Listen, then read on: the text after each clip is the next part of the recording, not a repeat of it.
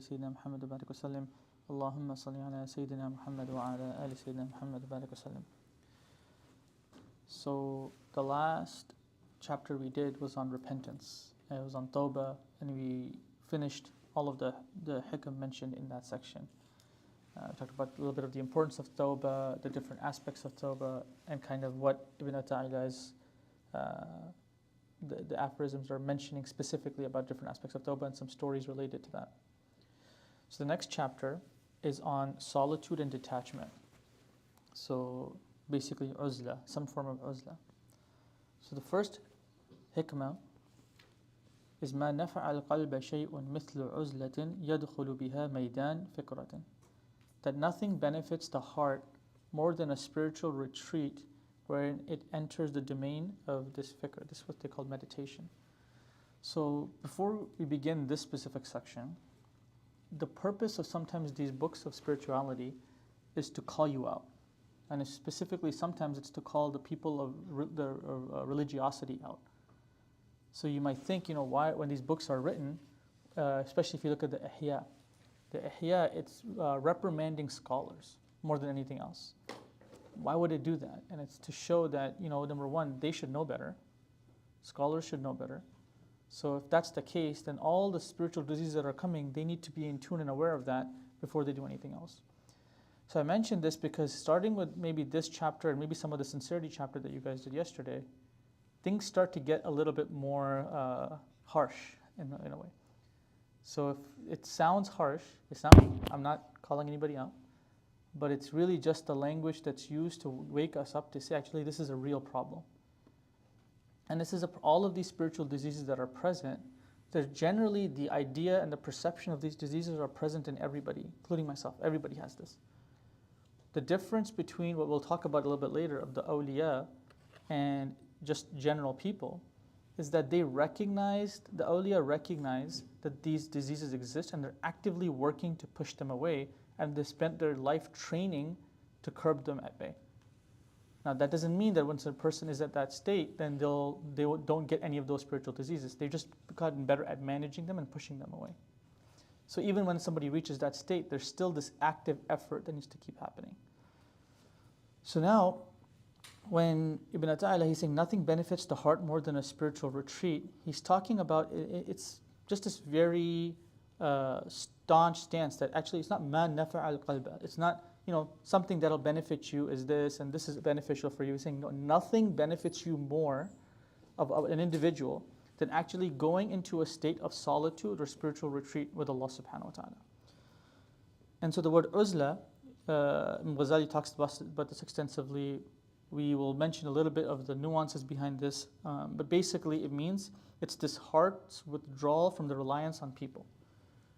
You start to pull yourself away from this desire for people to love you, to like you, and the expectations of people and the responsibilities you have towards people, and you pull yourself a little bit away towards Allah subhanahu wa ta'ala.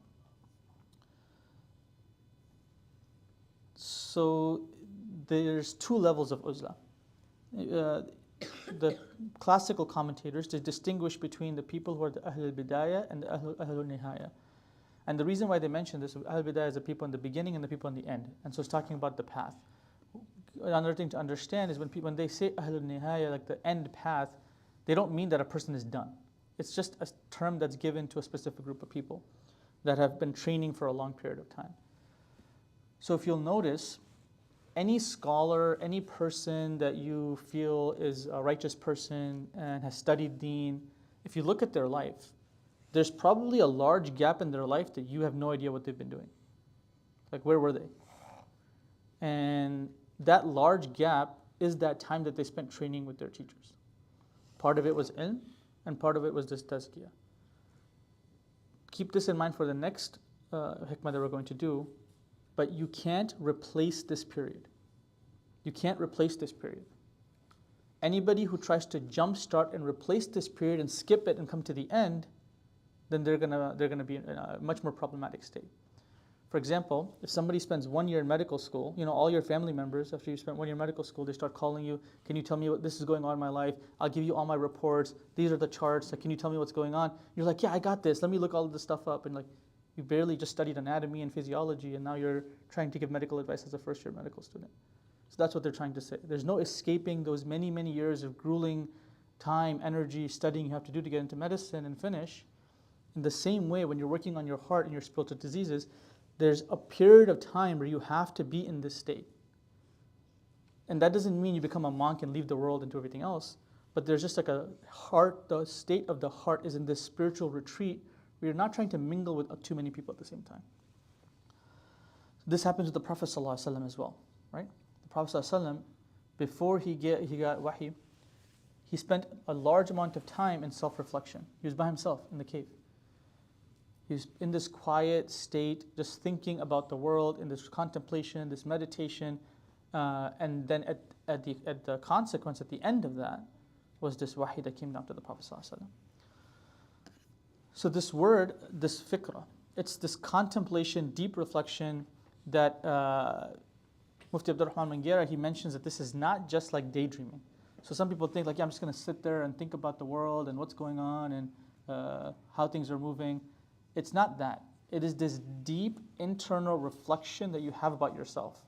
That you sit there, you have no distractions around you, you put your phone, put all the people away, and you just think about the way your life is going. Where you are in your life, the struggles that you have, the places where you may fall short, the spiritual diseases you feel are inside of yourself. If an individual doesn't get those times of solitude with Allah subhanahu wa ta'ala, then they never get to truly know who they are. So I think in one of the classical commentators, so they mention, actually Imam Ghazali does this in Kitab al-Uzla, he mentions 10 different benefits of uzla. One is that freedom from sins arise that come through mixing. So what are these sins? And we can't go through all of them. You have to take the Ihya class if you want to learn about all of them. Or you can just sit down with Muhammad Iqbal and he can teach you all of it, or Bilal or somebody else. One of the freedom from the sins that arise from mixing. One of them is backbiting, slander, pride, showing off, and envy. So he mentions these specifically. What happens when we mix with people, these things naturally become a consequence of this mingling. One is this pride. If you meet with somebody, you're sizing them up. Am I better than them? Are they better than me? How much money is this person making? How much money am I making? What kind of house do they have and what kind of house do I have? There's always this competition that we're having with other people. The other is backbiting. If you're in uzla, you don't have the opportunity to backbite anybody. Again, if your phone is away, everything is away, and you're with Allah subhanahu wa ta'ala alone, you don't have an opportunity to backbite. You don't have an opportunity to slander. You don't have an opportunity in that moment with nobody else around you to show off to anybody about who you are. Next is this freedom of obligation of rights. So this obligation of rights, Imam Ghazali, when he mentions this, he said, generally, as a Muslim, people have certain rights over us. Visiting the sick, attending the janazas, the social debt that mixing creates, meaning somebody invites you, so you have to invite them, and you have to do something for them because they did something for you. You have this debt that comes into place. So he says all of those things, when you're in this period of uzla for a while and you're not interacting with people, you're resolved of that, like how we are in itikaf. Then it's the safety from the temptation of this world that mixing stimulates. So all the shahwat, all the desires that come into a person by mixing with other people, they start to get abated. So the safety of the company of evil from other people, like what they may say about you, the criticisms that may come, this freedom from this fatigue of managing people's expectations. Your kids have an expectation, your spouse has an expectation, your work has an expectation, your parents have an expectation. All of these people who have expectations of you, you're free from that in this period of uzla. Now this is talking about physical uzla. This period generally should be a short period of time. And it doesn't mean that you just absolve yourself completely from all the responsibilities of the world, or you disappear for 6 months and your family's like, what's going on? Like, where is everybody? That's not what this is talking about. This period, these 10 days, this is a form of uzla that is controlled. And actually what used to happen in the past is the righteous people, they would take 40 days, about 40 days or 50 days or sometimes a year, kind of depending on whatever they could do. There would be these places in the world, in their cities, in their localities, that community people would have supported, that there was a teacher there, that there was a sheikh there, that they would go there and they would just spend their time in the dhikr of Allah subhanahu wa ta'ala. And they would take care of their families, make sure everything's taken care of at home, and for the next 30 days, they just disappear. and be in this conversation with Allah subhanahu wa ta'ala. One of the classical commentators, he says that associating with people in general keeps the heart on people. So this is why actually the ulama, they recommend actually not mixing with people too much, not hanging out too much. Now, another thing to keep in mind is that there are stages in your life that are going to be different. For example, if you have kids, they're middle school, high school, maybe even college, you actually need that social environment. That social environment with good Muslims and good people and being around there actually keeps you motivated to do good work. But that's not the entirety of our life. What we're noticing now is you have people graduate college and they're still stuck in that life. They're still stuck in, I got to hang out, I got to spend every night doing something, I got to stay up till 3 a.m. hanging out. They're continuing with that life thinking that, that's how I build my iman. But you have to graduate beyond that at some point. You have to graduate from that and say, okay, I got what I needed from that social environment. Now I need to plug into something that's deeper than this. Then he says that the seeker of Allah subhanahu wa ta'ala, then necessarily is the goal of that solitude is to turn his gaze towards Allah subhanahu wa ta'ala. So like we talked about the mirror orienting itself. And he says that it is necessary in this solitude to actually think about Allah subhanahu wa ta'ala, to think about what role Allah subhanahu wa ta'ala plays in your life. So when we talk about this solitude and meditation, what they say is just being physically away. Being physically away without contemplating on Allah subhanahu wa ta'ala, that's not what this means. What this means is you sit or you're in a place and you're able to feel that. So, many people talk about this when they go to remote cities to study or go to these other places. From my own experience, I can tell you when I was in Pikeville, which is like the middle of nowhere for medical school, and it's like literally up in the mountains, that was probably there was nothing to do. We didn't have beef and buns opening in 3 months. Nothing was there. Literally nothing was there, and except for the Walmart, I guess you can say. And I would walk out and you just see mountains and my school. And during that time, it was the most peaceful time of my life. You would think med school is the most stressful time of your life. That was actually the most peaceful time of my life, where I felt like I just by myself in the mountains with nothing else to worry about. And so those moments when an individual is able to sit and think about Allah subhanahu wa ta'ala, it promotes this stillness in the heart. This is probably what's lacking in the vast majority of the Muslim world. Actually in the entire world, but particularly for us, because we should know better, is that we have this lack of stillness in the heart because we're constantly bombarded with thing after thing after thing.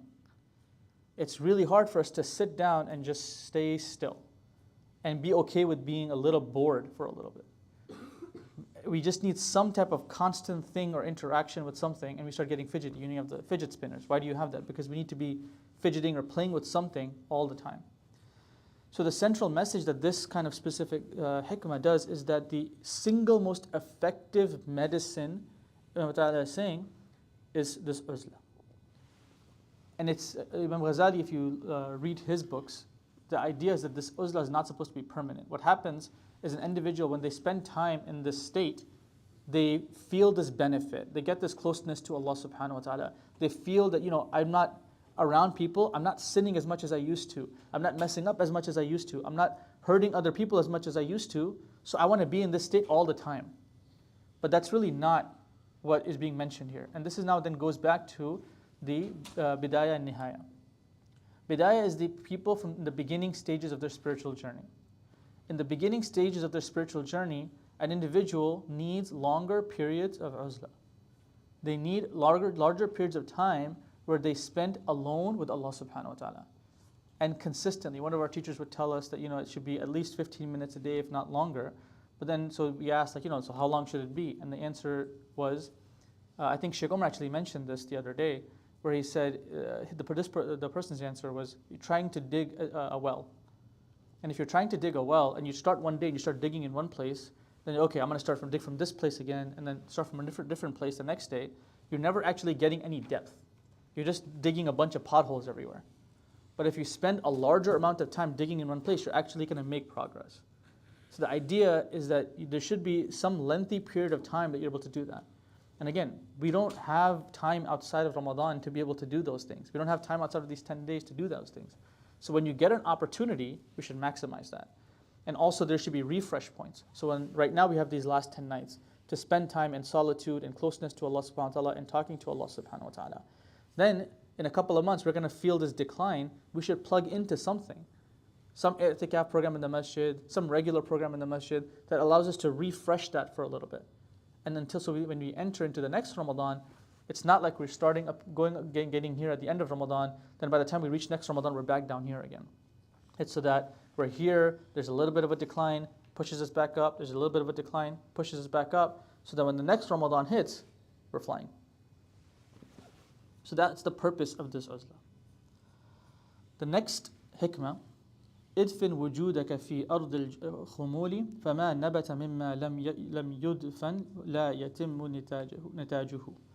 Bury your existence in the earth of obscurity for whatever sprouts forth without having first been buried flowers imperfectly. So what does that mean? What he's saying is an individual, so now we learned that first you need this uzla. You need this quiet solitude period of time. Now he's saying, Ataillah is saying that actually what you need to do is you need to bury yourself. You need to bury yourself, your nafs, your ego completely to the ground and destroy it completely.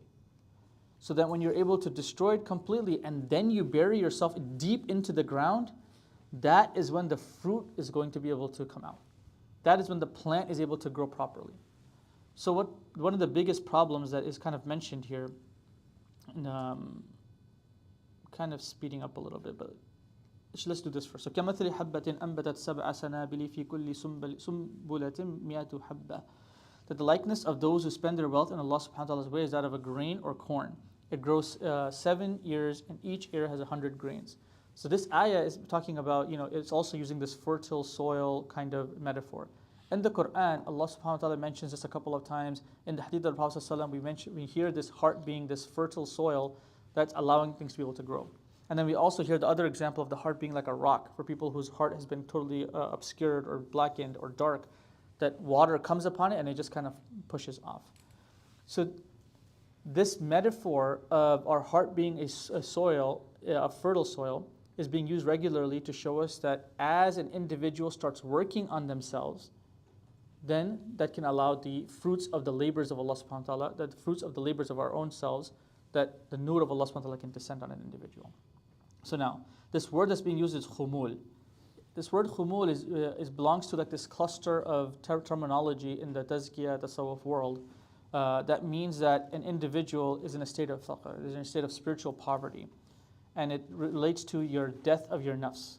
That you've got into this point where you're annihilated, you're this fana, you're alone, and you have this tawadu, you have this humility, you have this self-reproaching nafs that you put yourself into. You're dropping the idea that you're in control. So this encompasses all of these different meanings. Its contrast to this word called jahun, and it comes from the same word as wajh, which is fame, prestige, and prominence. So now I'm being very lengthy to get to a specific point about this hikmah. We said there's no escaping going from A to B. There's a pathway that you have to take. There's no escaping that. What happens when you try to jumpstart that pathway and try to skip from A all the way down to the last part is that the seed is never planted properly. When the seed is not planted properly, then an individual is out in the public giving talks. An individual is out in the public doing programs. An individual is out in the public representing Islam.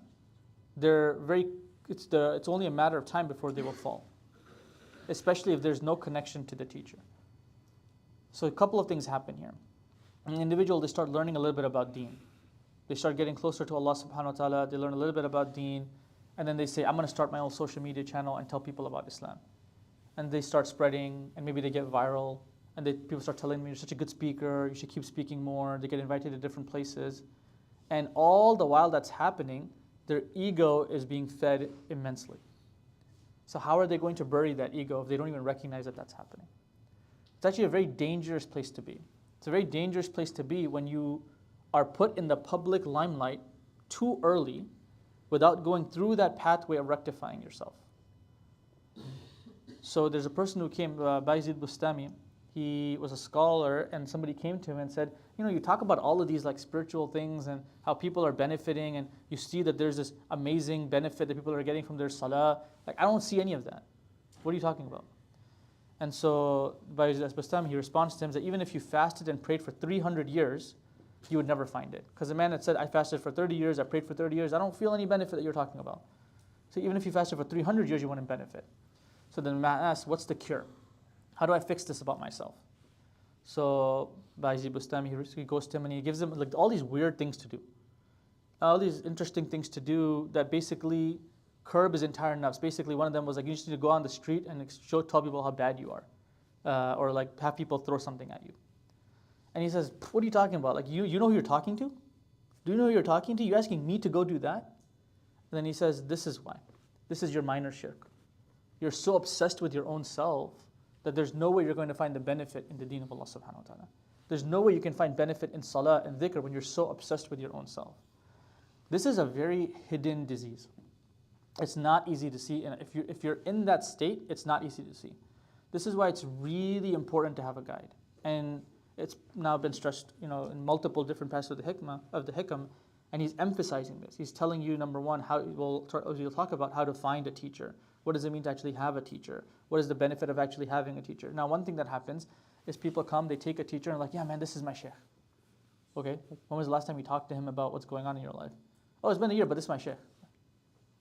Because it's the cool thing to do.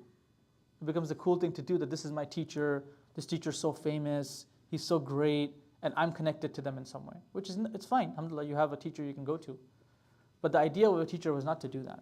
And the idea of the teacher is not to make that there's some intermediary between you and Allah subhanahu wa ta'ala. The purpose of the teacher is to train you to get to a point where you need them less and less every single time, but you'll never totally be independent of someone above. In the same way that this lineage goes back to the Prophet sallallahu alaihi wasallam. It's the same way in ilm. We learn, but we're always going to be indebted to our teachers. We're always going to need this lineage going back to the Prophet sallallahu alaihi wasallam. And it's the same thing that happens here. When an individual, they don't regularly spend time with their teacher, if there are opportunities to like go have a program with their teacher or a lecture or something like that, they don't spend that time, they're not getting the tarbiyah of their teacher. There's no tarbiyah there. So an individual can say, I have this sheikh, and yeah, I've been a student of this person for 10 years, but if you've only been to 5 gatherings in those 10 years, then what's the point? If you've only spent time with them for brief moments for 10 years, then what's the point? So this is what he's trying to say here, is that actually, in order for you to, number one, bury this ego, in order for you to be able to understand that you can't escape this portion, you need someone to be able to see that in you. So there's 2 ways to see that. One is you spend time in solitude, and you see that within your own self. 2 is you need a teacher or somebody to say, hey, I noticed this in you, this is a problem. One of our teachers, he was not allowed to speak in public for a year. And he was a great speaker. He still is a great speaker, mashallah. But for a year, he was not allowed to speak in public. And so somebody, he was, inside you're questioning, like, why would my teacher do this to me? Like, I'm giving talks at Mass and Mina and all these places, and they're all loving the way that I speak. Why am I getting stopped? He said he was sitting down, listening to a khutbah, and he's just sitting there listening, and he's like, man, in his mind, just a brief thought came that, man, I can give a better khutbah than this person. And then he's like, this is why. This is why my teacher stopped me from giving talks for a year. And then he's just benefited from it. But now look at the second aspect of this. If we're giving public talks or doing something, and your teacher comes to you and says, you can't do this for a year, how many of us would stop? Especially if you're being told you're a great speaker. And then your teacher comes to you and you say, you can't do this now for a year. It requires a certain level of a relationship. It requires a certain level of conversation. It requires a certain level of willingness for us to say, I want this tarbiyah in my life. That I'm not where I want to be right now. I'm not where I want to be, and I don't see this trajectory going well in the next 10 years. I find myself struggling with the same things I've been struggling with. I find myself with the same diseases I've been struggling with. I need someone to help me.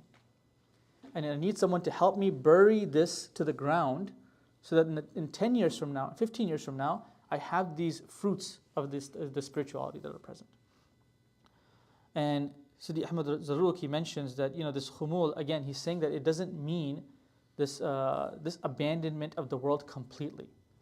But there is, again, a period of time that needs to be spent in this state. He's saying, do it, but then you have to come back to the world. You have to come back to the world, and that is part of the path. So they talk about in the spiritual path, you start from below, you go all the way up, and you feel all these feel like you're on cloud 9. You feel like all these benefit and anwar are coming to you. You feel all these lights or whatever you want to call them, or the benefit or nur. You feel that happening, and you feel your khushu in your salah. You start feeling all of these things, and you're like, I'm done. I don't want to do anything else except this. Basically, that's not the end of the spiritual path. You have to come back to the world, and now you have to give back to the world. So that's part of the spiritual path. And so Allah subhanahu wa ta'ala says, Inna Allah yuhibbul abdu taqi ghani khafi. Allah subhanahu wa ta'ala loves the slave who has taqwa, who's God-fearing, who's self-sufficient in a different way, not like self-sufficient that I can take care of myself, but hidden, specifically hidden. And we'll talk about, again, in the different hikmahs, all of these hikmahs are talking about the same specific pattern, that our goal in our life is actually not to become people who are known. Our goal in our life is actually to become very hidden in our private, from the public world. Our goal in our life is just that we have this relationship with Allah subhanahu wa ta'ala, and that's all that we want. This is emphasized in the story of Uwais al-Qarni. His story is long, but I'll just kind of mention to you one thing about him, is that he didn't get a chance to see the Prophet ﷺ. But the Prophet ﷺ had told the Sahaba about him, and he told them that, this person, this is how you'll know who he is. So I think it was Umar radiallahu anh and Ali radiallahu anh, they came to try to find him. Because if the Prophet ﷺ is mentioning such a person, they want to know who he is. So they go and they try to find him, and they recognize who he is. They're asking people, giving them the description, and then they recognize who he is. And he's like, he recognizes who they are, and he's running away from them. And they're like, we want a private meeting with you. He's like, you're not going to get a private meeting with me. Please just leave me to do my work. He doesn't want to be known. When he passed away, there was the fragrance coming from his grave. And there was like a mark there for his grave. So when the Sahaba, they came back to actually mark the grave with his name and who he is, they came back and they couldn't find it anymore. Because Allah subhanahu wa ta'ala had hidden his piety in this world, He also just hid him completely from the world as a whole. Like nobody would know where he is. And so these are the people who are the true awliya of Allah subhanahu wa ta'ala. They don't want to be known. And Allah subhanahu wa ta'ala, I believe there's a hadith of the Prophet sallallahu that if an individual wants to be known, or if an individual wants to be heard, Allah subhanahu wa ta'ala will make them be heard. If an individual wants to be known, Allah subhanahu wa ta'ala will expose that person. Allah will expose that person for who he or she truly is. So one of the pious people in the commentary, it mentions that whenever you bury your nafs in the earth after earth and you continue to bury that nafs, your heart rises to the heavens. Your spirit, your ruh starts to rise to the heavens. And it's this paradox. It's like the more you bury yourself, the more Allah subhanahu wa ta'ala elevates you. And there's a whole book that Imam Ghazali puts in the Ihya about this as a whole. And he says the love of rank and fame is more addictive than the love of wealth. Because wealth in some ways can satiate you, but recognition never dies. And so you might be noticing, even the last hikam when we're talking about tawbah, now we're talking about it again. Why is this persistent mention of, staying away from the public, not looking for attention, not looking for pride, not looking for people to think highly of you?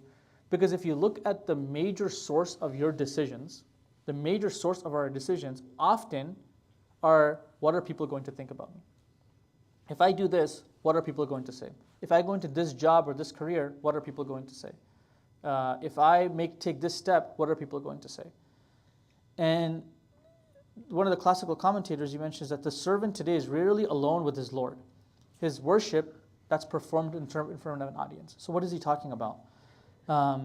He's saying, you have those pray tahajjud with me social media posts, right? It's like somebody's praying tahajjud and there's the video is pointing towards them praying, or they're live streaming that going on. So he's saying our entirety of our efforts, our desires, our actions towards the deen of Allah subhanahu wa ta'ala, they're all being made public. We want people to see that we're praying tahajjud so long. We want people to see that, look how much Quran I know.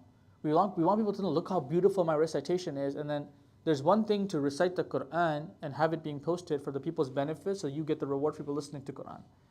There's a wholly different thing of people wanting to know who you are. This is one of the major problems that happens when an individual skips this A step all the way and tries to go to B. This one major problem, that they make it about themselves without even realizing they're doing it. that they're calling and they're talking about Allah subhanahu wa ta'ala, but the reason why they're doing so is they want people to say, oh, look how great of a person and a speaker I am. Look how amazing I am, and look how many people I'm bringing to Allah subhanahu wa ta'ala because of this. Allah subhanahu wa ta'ala will throw that back in our faces. If that ends up being us, Allah will throw that back in our faces. I don't need any of this. But it doesn't happen overnight.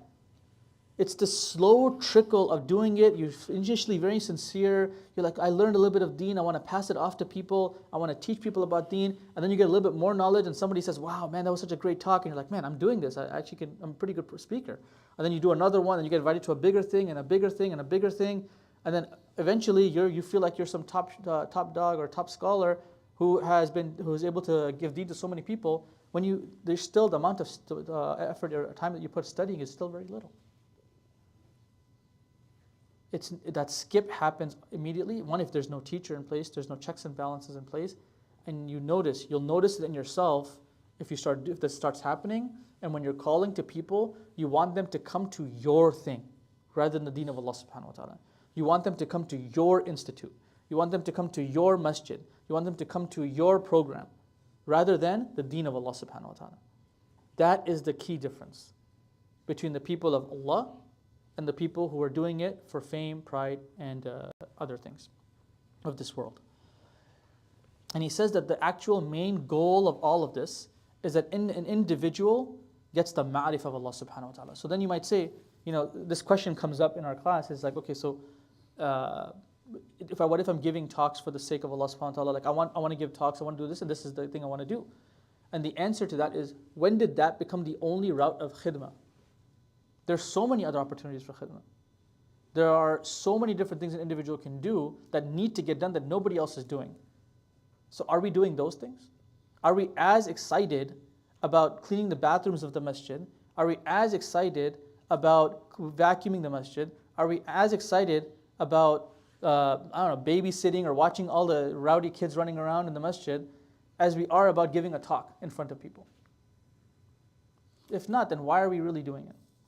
And so this is the key crux of it, is that if you're going to be in a position to speak, to do khutbahs, to do bayans, to do whatever it is, one, there's a level of ilm that's necessary. Two, it should be calling to Allah. Our goal is that we're calling people to Allah. When it comes to our kids, our goal is that we should be calling them to Allah. If they're obedient to Allah subhanahu wa ta'ala, if they're able to listen and understand Allah subhanahu wa ta'ala, then they'll immediately obey the parents to whatever extent is according to the Sharia. This next one is Subhana man satara sirra al-khususiyati bi-dhuhur al-bashariyya wa dhahara bi-azmati al-rububiyya fi idhar al-ubudiyya. And this, honestly, we may not cover too much of this because we only have a couple of minutes, and it gets very detailed.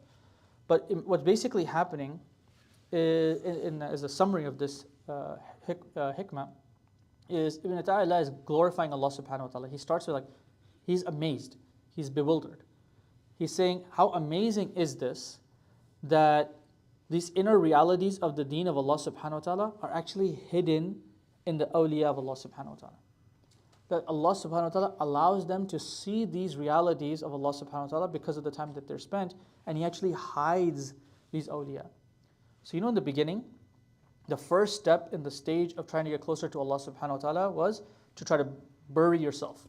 He was saying bury yourself and your ego and everything else. Why? Because it was in preparation for that one day when we do become this close to Allah subhanahu wa ta'ala and those realities are coming to us where it may not be in the public. And the first thing an individual wants to do when they get this close to Allah subhanahu wa ta'ala, or they get something amazing, or they accomplish something big, they want to tell the world. I got into this school, they're posting it everywhere else, they're calling all their friends. What's happening here is Allah subhanahu wa ta'ala is saying, actually when you reach that state, I want you to hide. And I will hide you, and I will protect you. They're awliya of Allah subhanahu wa ta'ala, they're walking, talking, having a job, eating the same food. They're doing all the normal things an individual may be doing, and none of us would even know that they're awliya. None of us will even know. And so one of the things that's mentioned here is, if that's the case, then how do you find who the awliya are? How do you find who these teachers are? And it actually, in this hikmah, in the other ones, the emphasis is made and it removes us from the picture. That we are not the ones who find the teacher. Allah subhanahu wa ta'ala guides that teacher and guides us to be able to find that teacher. What it's doing is it's actually taking away this idea that we are in control. That we are in control of our own spirituality. We are in control of our own life. We are in control of the ilm that we study. We are in control of our spiritual diseases. It's removing that and emphasizing that who we are is the abd of Allah subhanahu wa ta'ala. So the individual might say, man, this person is, mashallah, he's so pious, he's reached all of these the different spiritual stations. Why am I not there? I wish I was there too. And the question may come to people. And Ibn Ataillah and the Imam Mufti Abdul Rahman Gari, he also emphasizes this. It's actually this beauty that Allah subhanahu wa ta'ala is putting in this whole entire system, that He's saying, look, I never asked you to be there. I control where you're going to go. Are you going to be my abd? Or are you going to be somebody who wants their own desires? Because even asking or wanting a greater spiritual station is a desire that an individual has. Because what happens? Our spirituality becomes social capital. When you start becoming more religious and you're saying, I don't care about these big houses, I don't care about fancy cars, I don't care about any of this, that's not your social capital anymore. Your social capital on how you judge yourself between other people is how much more worship you're doing than somebody else. How many more times you went to the masjid compared to somebody else. How much more Quran you know compared to somebody else. How much more ilm you studied compared to somebody else. And that becomes your social capital. That you take it and you try to present it as, hey, look how great I am. Look how pious I am that I'm doing all of these things. And Ibn Ataillah and Mufti Abdul Rahman Gari, in his commentary, he's saying, actually Allah subhanahu wa ta'ala is just shutting all of that down. He's saying, you don't control any of that. So whatever you have, whatever you're given, you recognize, if you can understand that you are the abd of Allah subhanahu wa ta'ala, then you're going to succeed. Whatever state that Allah subhanahu wa ta'ala puts you in from that. The actual whole path of tazkiyah and tasawwuf is for an individual to get to a point where they recognize that they're just an abd of Allah subhanahu wa ta'ala. They're not in control of their life, they're not in control of their spirituality, they're not in control of their kids, they're not in control of their job, they're not in control of their rizq, they're not in control of anything, and the only one who is in control is Allah subhanahu wa ta'ala, and they just leave those matters up to Allah subhanahu wa ta'ala. But they work as hard as possible as they can with ihsan. That they just do their part. So you can't say, Allah subhanahu wa ta'ala didn't wish spirituality for me, so I'm not going to come to the masjid. It's not how that works. You make every effort to come to the masjid, and then whatever happens from that happens. You make every effort to try to do i'tikaf, and then whatever happens from that happens. You make every effort to read Quran and memorize as much as you can, whatever happens from that happens. Our teachers would always remind us that the goal is not to become a hafiz, the goal is not to become an alim, the goal is to be raised amongst the hufad and the ulama. And that means just doing something consistently all the time. But recognizing that we are an abd of Allah subhanahu wa ta'ala. And that is our true state. Every single person on this earth, we are an abd of Allah subhanahu wa ta'ala. That is our identity with Allah subhanahu wa ta'ala.